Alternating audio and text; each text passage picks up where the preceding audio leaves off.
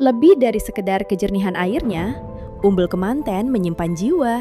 Sebuah ruh yang terjalin dari benang-benang waktu, kisah para leluhur dan ritual budaya yang masih lestari.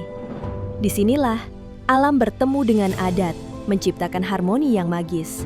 Seperti padusan, bancaan, ritual kungkum, dan arak-arakan pengantin.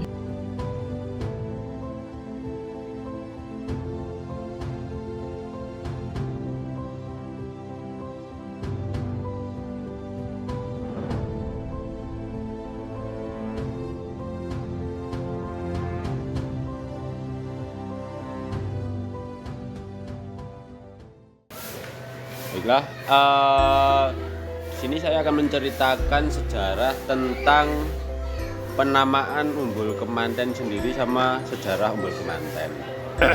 Jadi di Umbul Kemanten sendiri itu ada dua sejarah atau dua legenda yang diceritakan secara turun-temurun dari nenek moyang kami. Yang pertama terkait dengan sejarah kenapa kok dinamakan Umbul Kemanten. Nah, dulu konon ceritanya itu ada sepasang calon pengantin yang dipingit itu dilarang untuk bertemu selama 40 hari 40 malam. Kemudian mereka berdua itu nekat untuk bertemu di salah satu tempat di Umbul Kemanten sendiri. Nah, ketika mereka nekat untuk bertemu di Umbul Kemanten sendiri itu ketika sang calon pengantin perempuan jalan di depan sang calon pengantin laki-laki, itu mereka hilang. Nah, pun juga demikian ketika sang calon pengantin laki-laki mencari sang calon pengantin perempuan yang jalan di depannya, itu juga tidak ketemu. Konon hilangnya sepasang calon pengantin tersebut itu di lokasi di sekitaran Umbul Kemanten sendiri. Oke, kalau untuk tradisi kungkum sendiri itu biasanya kita membagi waktu di Umbul Kemanten sendiri. Nah, kalau waktu pagi sampai malam menjelang Isya itu biasanya untuk wisatawan yang datang reguler ke Umbul Kemanten sendiri. Terus kemudian kalau di sesi malam harinya itu karena kita sudah memisahkan jam waktu dan lain sebagainya, dan juga kepercayaan kita masing-masing kayak gitu ya, tetap kita jangan meninggalkan budaya Jawa. Nah, di budaya Jawa sendiri atau adat atau tradisi yang ada di budaya Jawa itu biasanya ada tradisi kungkum atau menyeburkan semua badan atau bahasanya meditasi di dalam air.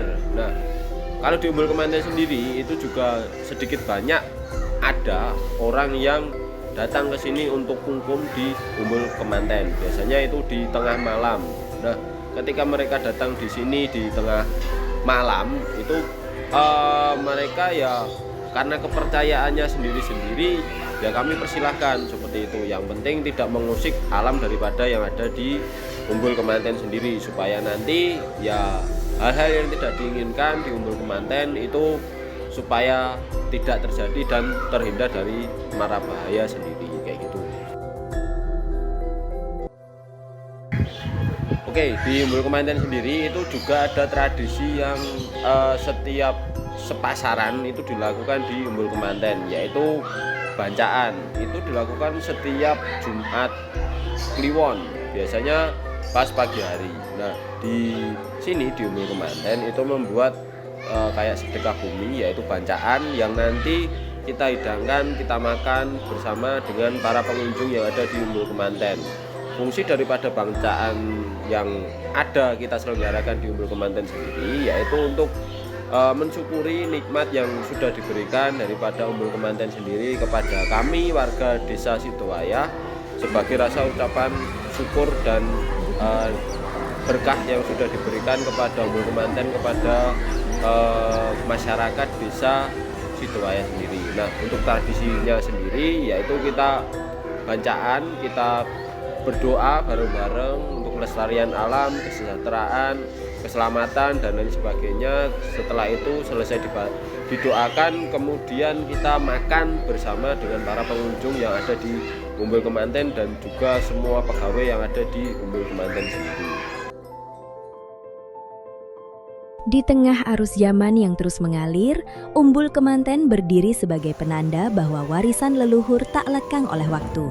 Sebuah ritus sakral yang bukan sekedar tradisi, namun jembatan antara masa lalu, kini dan nanti, mengikat manusia dengan alam dan generasi dengan sejarah.